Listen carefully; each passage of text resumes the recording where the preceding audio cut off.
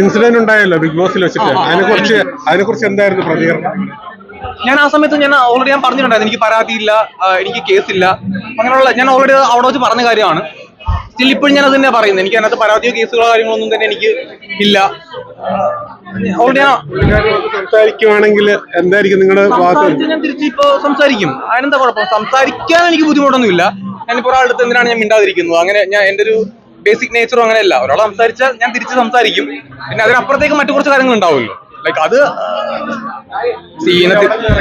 ഒരുപാട് റിഗ്രറ്റ് ചെയ്തിട്ടുണ്ടായിരുന്നു, വീഡിയോ ഒക്കെ ഇട്ടിട്ടുണ്ടായിരുന്നു, പാടില്ലായിരുന്നു എന്നൊക്കെ പുള്ളി പറഞ്ഞിട്ടുണ്ടായിരുന്നു.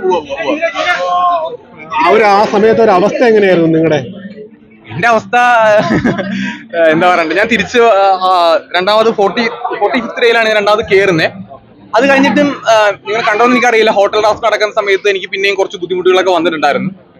അപ്പോ സ്റ്റിൽ ഇപ്പോഴും എനിക്ക് എന്റെ കംപ്ലീറ്റ് ആയിട്ടില്ല, എന്റെ പ്രോസസ്സ് കംപ്ലീറ്റ് ആയിട്ടില്ല.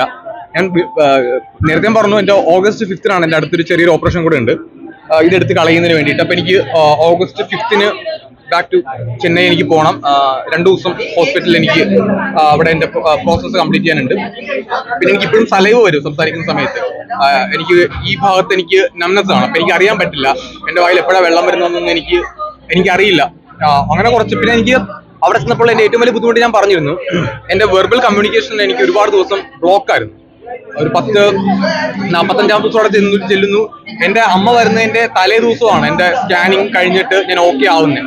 ആക്ച്വലി 49 days ആണ് എനിക്ക് റെസ്റ്റ് വേണ്ടിയിരുന്നത്. അപ്പം അതൊക്കെ എനിക്ക് കട്ട പ്രോസസ് ആയിരുന്നു.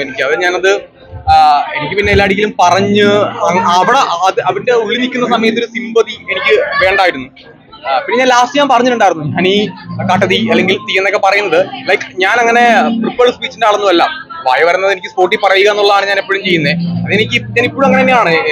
നിങ്ങൾ എന്താ ചോദിക്കാൻ വേണ്ടി പോകണമെന്ന് എനിക്കറിയില്ല. എന്റേതായിട്ടുള്ള രീതിയിൽ ഞാൻ സംസാരിക്കുക എന്നുള്ളതാണ്. അത് അവിടെ വെച്ച് അങ്ങനെ തന്നെയാണ്, പുറത്തും അങ്ങനെയാണ്, ഇനി അങ്ങനെ തന്നെയാണ്. മാത്രമാണ് ഒരു സുഹൃത്ത് എന്നുള്ള നിലയിൽ എല്ലാവരും എന്റെ സുഹൃത്തുക്കളാണല്ലോ. ഇങ്ങനെ ഒരു വിഷമഘട്ടം വന്നപ്പോൾ ഏറ്റവും കൂടുതൽ പിന്തുണ വന്നതിൽ ഇനി ബിഗ് ബോസിലുള്ളത് അങ്ങനെ ഞാൻ പറഞ്ഞില്ല ബ്രോ. ഞാനിപ്പോ ലാസ്റ്റ് ഫിനാലെ വീക്ക് അല്ലേ, ഞാനിപ്പോ ഒരാളുടെ പേരെടുത്ത് പറയുക എന്ന് പറയുന്നത് അങ്ങനെ അങ്ങനെയല്ലല്ലോ. പിന്നെ ഞാൻ പറഞ്ഞില്ല സൗഹൃദങ്ങൾ, സൗഹൃദം എനിക്ക് പറയാൻ ഞാൻ ഭയക്കുന്നത് എന്തിനാണ്? അത് ഞാൻ ഓൾറെഡി ഉള്ള കാര്യം ഞാൻ പറഞ്ഞു. അപ്പൊ ഞാൻ നേരത്തെ പറഞ്ഞു, എന്റെ സുഹൃത്തുക്കളാണ് ഇപ്പൊ. അപ്പൊ അത്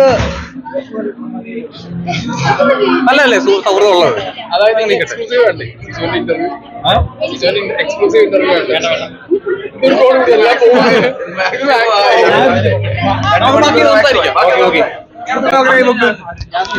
അർജുൻ കപ്പടിക്കുന്ന ബുക്ക് ആരാ? നീ ആരാ? എല്ലാരും ഉണ്ട്.